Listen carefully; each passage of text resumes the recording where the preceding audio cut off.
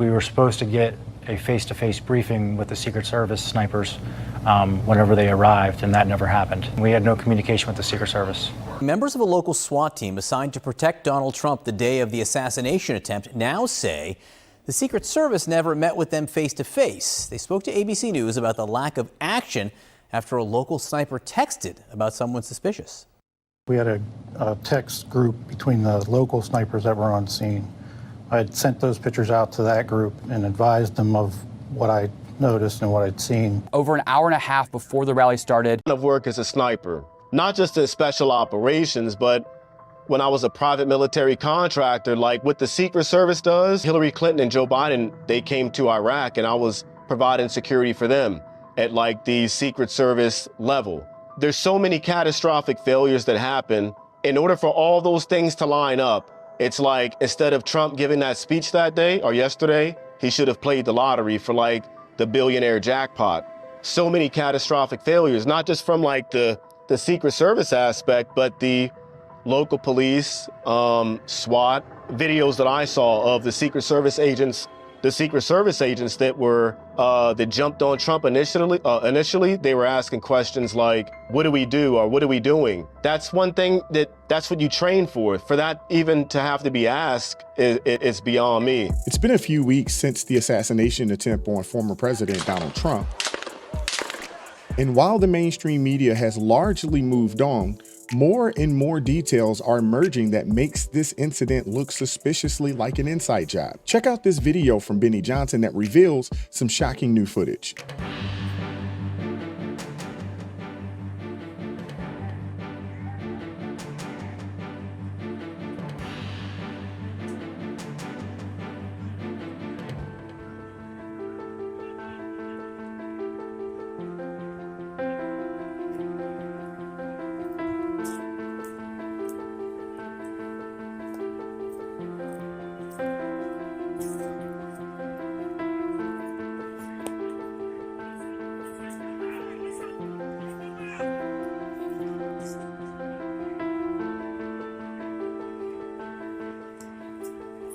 He was on the roof.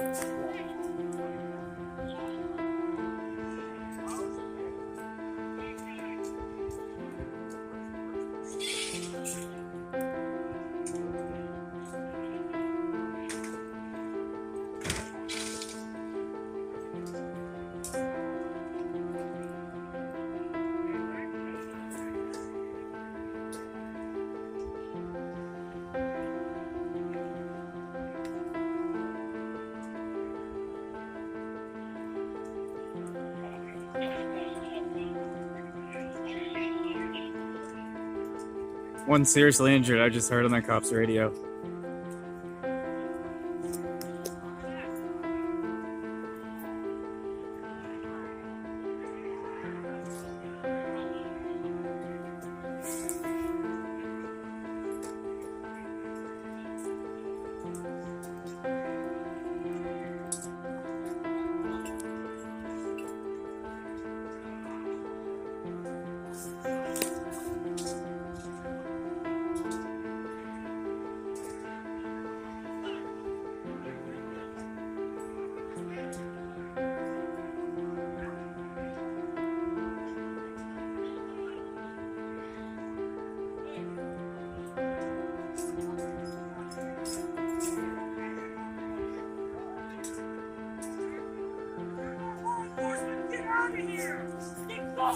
Here, pal. Are you law enforcement? You are? You're not. Sorry. Yeah, sorry. Yeah, for sure. I got you, bro.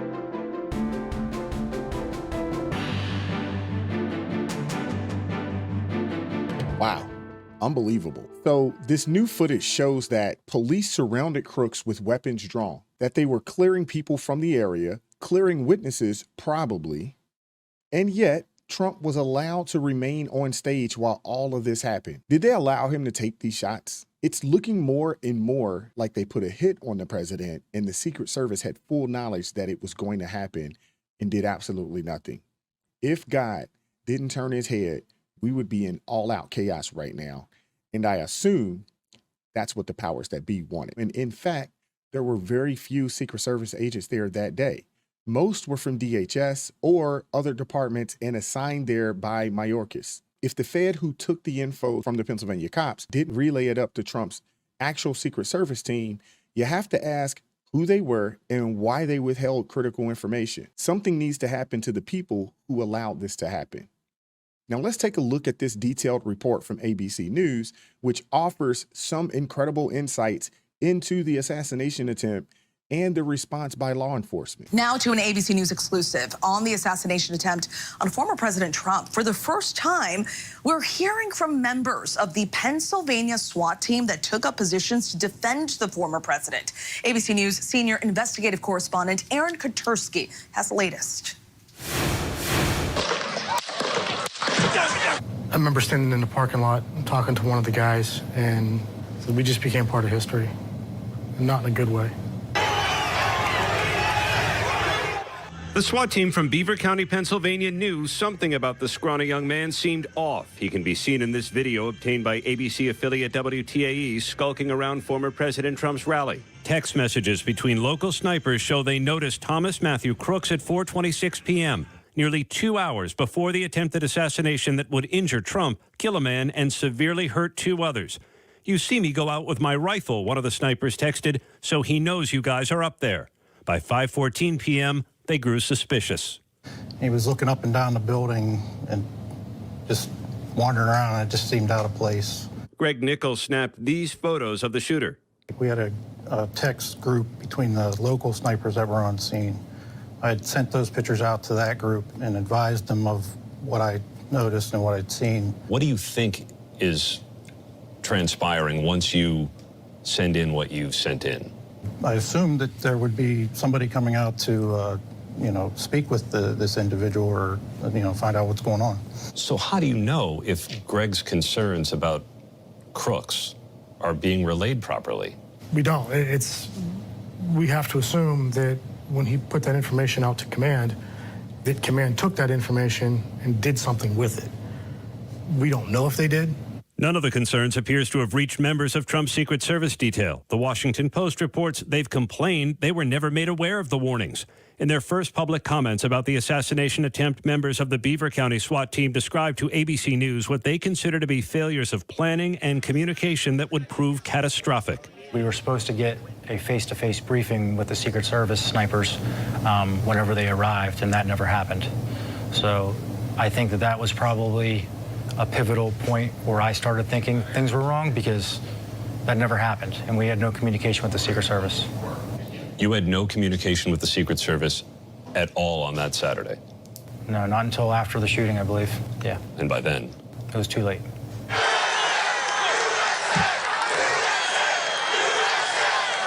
The Secret Service declined to respond directly, but told ABC News the agency is committed to better understanding what happened and is offering complete cooperation with ongoing investigations. The suspect is directly above us. Members of the Beaver County SWAT team rushed to the shooter's rooftop. There's a ladder right here. As seen in footage from Rich Gianvito's helmet camera. Hey, bro. Yep. So we had access through that ladder, got up onto the roof. And as you're scrambling onto that roof, you don't know for sure whether he's dead or alive, or whether you'll encounter fire. At that point, no. So what are you prepared? Are you prepared for a firefight at that point? Well, we're prepared for anything at that point, because at this time we're unsure. Give me a solid perimeter. Get guys prepped to clear the building. He encountered the shooter's bloodied body some 400 feet from the stage. We're clear. Let's move. The team believes it did everything it could have to thwart the attack, but accepts its share of failure. I think we all failed that day. How so? Life was lost. Yeah. People died. And if there's anything that we could have done to stop that, we should have done. Incredible reporting. ABC News senior investigative correspondent Aaron Katursky joins me now for more on this. That is tremendous to hear that team tried to go up the chain of command but heard nothing. What stood out to you, Aaron, when you visited the SWAT team headquarters? I think hearing that the lack of communication almost doomed the event from the start. But I'm also struck by what they're doing now. They're studying satellite imagery that they have pasted all over the wall. They have maps up. They even made their own crude replica of the site with everyone's position using the little army men from back in the day. And I think that they're intent on studying what went wrong here. Not only do they feel bad about it and they say they have to live with their failure, which they accept their fair share, but they do say, look, Trump says he's coming back, so they want to be ready. Right, and as one of those team members said, I mean, they lost a life that day. I mean, so many people were in danger.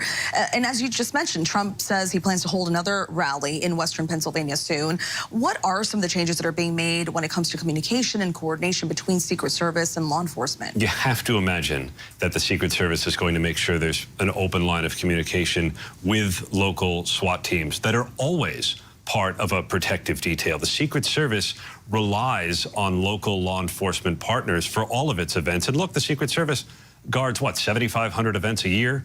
Most of the time they go off without a hitch. But here, there was a failure, so they do want to learn. They want to be able to say that they can make some changes that need to be made, and that probably includes being in better touch with their local partners. So many lessons learned. Thank you so much. Again, incredible reporting. Thanks. Senior Investigative Correspondent Aaron Katursky, thank you. This is a complete disgrace. The Secret Service chain of command has to be held accountable. This is a complete and total failure by the Secret Service. Local SWAT teams there, snipers, and no one watching the roof. Everyone inside the air-conditioned building. Amazing. Trump had, what, 4 full-time Secret Service staff on duty with him at the rally? In contrast, Jill Biden was given a speech in Pittsburgh that same day and had at least 12 Secret Service staffs in addition to HSI, state and local police. The fact that, according to SWAT team, there was no communication at all is wild and ridiculous. And where were the FBI and Secret Service drones? As you saw, the SWAT team on site had serious concerns about Thomas Matthew Crooks hours before the attack.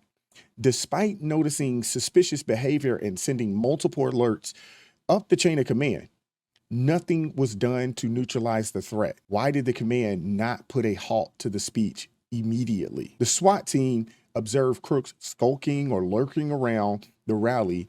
They even had text messages and photos sent amongst themselves, flagging him as suspicious. Yet, none of their concerns reached Trump's Secret Service detail. The Secret Service agents complained they were never made aware of these warnings, which is a catastrophic communication failure, to say the least. During the time of the rally, these agents were left in the dark. How does this happen? How do critical warnings not reach those responsible for the president's direct safety?